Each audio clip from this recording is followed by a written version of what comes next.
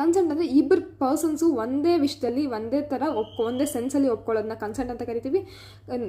Simple ಟರ್ಮ್ಸಲ್ಲಿ permission ಕೊಡೋದು, surgery ಮಾಡೋಕ್ಕೆ permission ಕೊಡೋದು, ಇಲ್ಲಾಂದರೆ ಸುಮ್ಮನೆ ಎಕ್ಸಾಮಿನೇಷನ್ ಮಾಡೋಕ್ಕೆ ಪರ್ಮಿಷನ್ ಕೊಡೋದನ್ನ ಕನ್ಸೆಂಟ್ ಅಂತ ಕರಿತೀವಿ. ಇದರಲ್ಲಿ 4 ಟೈಪ್ಸ್ ಆಫ್ ಕನ್ಸೆಂಟ್ ಇದೆ.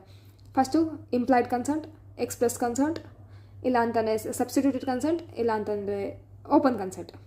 ಇವಾಗ ಫಸ್ಟ್ ಇಂಪ್ಲಾಯ್ಡ್ ಕನ್ಸೆಂಟ್ ಹೇಳೋಣ. ಇಂಪ್ಲಾಯ್ಡ್ ಕನ್ಸೆಂಟ್ ಅಂದರೆ ನಾವು ಎಕ್ಸಾಮಿನೇಷನ್ ಮಾಡ್ತೀವಿ ಅಂದರೆ ನೀವು ಹೋಗಿ ಬೆಡ್ ಮೇಲೆ ಕೂತ್ಕೊಳ್ಳೋದು, ನಿಮ್ಮ ಆ್ಯಕ್ಷನ್ಸ್ ತೋರಿಸ್ತಿರುತ್ತೆ ನಾವು ರೆಡಿ ಇದ್ದೀವಿ ಮಾಡಿಸ್ಕೊಳ್ಳೋಕ್ಕೆ ಅಂತ. ಇಲ್ಲ ಅಂತಂದರೆ ಇವಾಗ ನಾವು ನಿಮಗೆ ಕೈಗೆ ಇಂಜೆಕ್ಷನ್ ಕೊಡ್ತೀವಿ ಅಂದರೆ ಶರ್ಟ್ ಮೇಲೆ ಮಾಡೋದು, ಅದು ಇಂಪ್ಲಾಯ್ಡ್ ಕನ್ಸೆಂಟು. ಇಲ್ಲ ಅಂತಂದರೆ ನಿಮ್ಮ ಗೆಸ್ಟರ್ಸಲ್ಲಿ ತೋರಿಸೋದು ಮಾಡ್ಕೊಳ್ಳಿ ಅಂತ, ಅದು ಇಂಪ್ಲಾಯ್ಡ್ ಕನ್ಸೆಂಟು. ಅದು ಬಿಟ್ಬಿಟ್ರೆ ಎಕ್ಸ್ಪ್ರೆಸ್ ಕನ್ಸೆಂಟು ನೀವು ಎರಡು ಥರ ಎಕ್ಸ್ಪ್ರೆಸ್ ಮಾಡ್ಬೋದು. ಬಾಯಲ್ಲಿ ಹೇಳ್ಬೋದು, ಓರಲಿ ಇಲ್ಲ ವರ್ಬಲಿ. ಡಾಕ್ಯುಮೆಂಟ್ ಫಾರ್ಮು ಬರೆಯೋದು, ಅದು ವರ್ಬಲಿ, ಅದು ಮೋರ್ ವ್ಯಾಲಿಡ್. ನೀವು ಹೇಳೋಕ್ಕೆ ಮುಂಚೆ, ಕನ್ಸೆಂಟ್ ತೊಗೊಳಕ್ಕೆ ಮುಂಚೆ ನಿಮಗೆ ಎಲ್ಲ ಪ್ರೊಸೀಜರ್ ಎಕ್ಸ್ಪ್ಲೇನ್ ಮಾಡ್ತಾರೆ.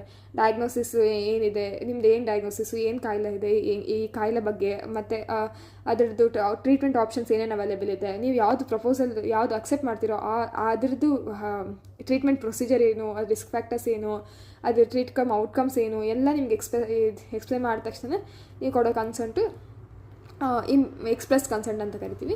ಅದಾದಮೇಲೆ open consent or blanket consent ಅಂತ. ಅಂದರೆ ನೀವು ಹಾಸ್ಪಿಟಲ್ಗೆ ಅಡ್ಮಿಟ್ ಆದ ತಕ್ಷಣ ಎಲ್ಲದಕ್ಕೂ ಏನೇನು ಪ್ರೊಸೀಜರ್ ಮಾಡ್ತೀವೋ ಎಲ್ಲದಕ್ಕೂ ಒಂದೇ ಸತಿ ಕನ್ಸೆಂಟ್ ತೊಗೊಳ್ಳೋದು ಗ್ರೇವ್ ರಿಸ್ಕ್ ಕನ್ಸೆಂಟ್ ಅಂತ ತೊಗೊತೀವಿ, which is not valid in India but followed in India. ಅದಾದಮೇಲೆ ಯಾಕಂದರೆ ಬಿಕಾಸ್ ಟೈಮ್ ಇರಲ್ಲ ಡಾಕ್ಟರ್ಸ್ಗೆ, ಅಂದರೆ ಎಲ್ಲ ಒಂದೊಂದು ಎಷ್ಟೊಂದು ಬರೆಯೋದಿರುತ್ತೆ ವರ್ಕು, ಅದು ಟೈಮ್ ಇಲ್ಲದೆ ಇರೋದಕ್ಕೆ ಆ ಥರ ಮಾಡ್ತಾರೆ.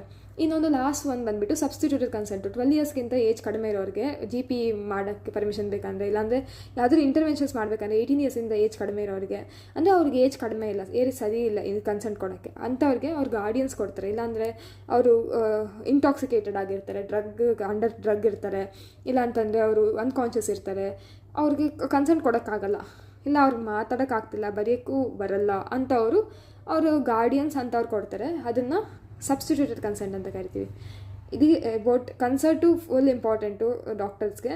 ನಿಮಗೆ ಈ ವಿಡಿಯೋ ಇಷ್ಟ ಆದಲ್ಲಿ please do like, share, subscribe to my channel, ಮತ್ತು ನಿಮ್ಮ ಫ್ರೆಂಡ್ಸ್ಗೂ ಶೇರ್ ಮಾಡಿ.